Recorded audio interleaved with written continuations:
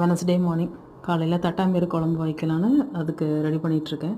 அதுக்கு கடாயில் கொஞ்சம் எண்ணெய் ஊற்றிட்டு கொஞ்சம் வெந்தயம் போட்டு சின்ன வெங்காயம் போட்டு கொஞ்சம் கருவேப்பிலை போட்டு தக்காளி எல்லாம் போட்டு நல்லா வதக்கிடுங்க. நல்லா வதக்கினதுக்கப்புறம் ஒரு ஒரு ஸ்டேஜில் வந்ததுக்கப்புறம் கத்திரிக்காய் ஆட் பண்ணி மசால் பொடியும் போட்டு நல்லா வதக்குனிங்கன்னா குழம்பு வந்து கொஞ்சம் கட்டியாக இருக்கும். அதனால் குழம்பு கொஞ்சம் தண்ணியாயிரும். மசால் பொடி போட்டு இது கூடயே நல்லா மிக்ஸ் பண்ணி விட்டுருங்க. இப்போது ஆல்ரெடி நான் வேக வச்ச தட்டாம்பயிரை இது கூட ஆட் பண்ணிடுறேன்.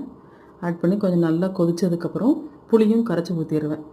புளியும் கரைச்சி ஊற்றி நல்லா கொதித்ததுக்கப்புறம் தேங்காய், ஜீரகம், சின்ன வெங்காயம் 3யும் போட்டு சும்மா ரொம்ப நைஸாக இல்லாமல் கொஞ்சம் கொரப்பாக அரைச்சி கொஞ்சம் குழம்பு நல்லா கொதிக்க விட்டுருங்க. அவ்வளோதான், குழம்பு ரெடி ஆயிடுச்சு. லாஸ்ட்டாக தாளிச்சும் விட்டாச்சு. அவ்வளோதான் இன்றைக்கான விளாக். பாய்.